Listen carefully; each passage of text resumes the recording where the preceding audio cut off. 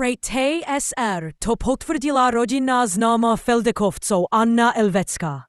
Podľa blízkeho zdroja Nového času mala Feldeková už od stredy ťažkosti s dýchaním a bola na morfiu.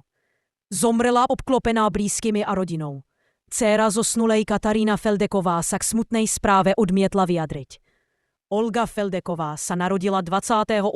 marca 1943 v Martine. Vyrastala na Hornej Orave, v Tvrdošíne. Po maturitě v Trstenej 1960 pokračovala vo vysokoškolskom štúdiu. Medzitým 1960–1961 pracovala ako robotníčka v Tesle Orava v Nižnej nad Oravou.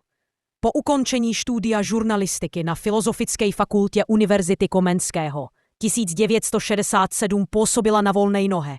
Medzitým porodila a vychovala 5 detí. Externě pracovala jako redaktorka Nového slova mladých 1978–1982. S príspevkou talentovaných autorov zostavila 2 antológie mladej slovenskej prózy. Na večeru budú štvorlístky, Doska na kolesách.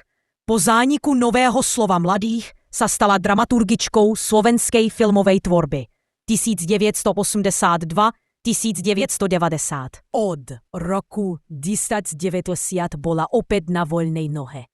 Jej knižný debut Sťahovanie na mieste vyšiel vo vydavateľstve Smena v roku 1976. V tom istom vydavateľstve jej vyšla aj ďalšia poviedková kniha Dievča a šťastie. 1970 trepí cyklus poviedok Neodoslané listy bol pôvodne súčasťou knihy Svet je aj inde.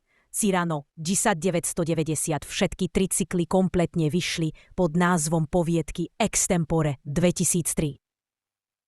Obohatené o poviedku Keď muži jubilujú.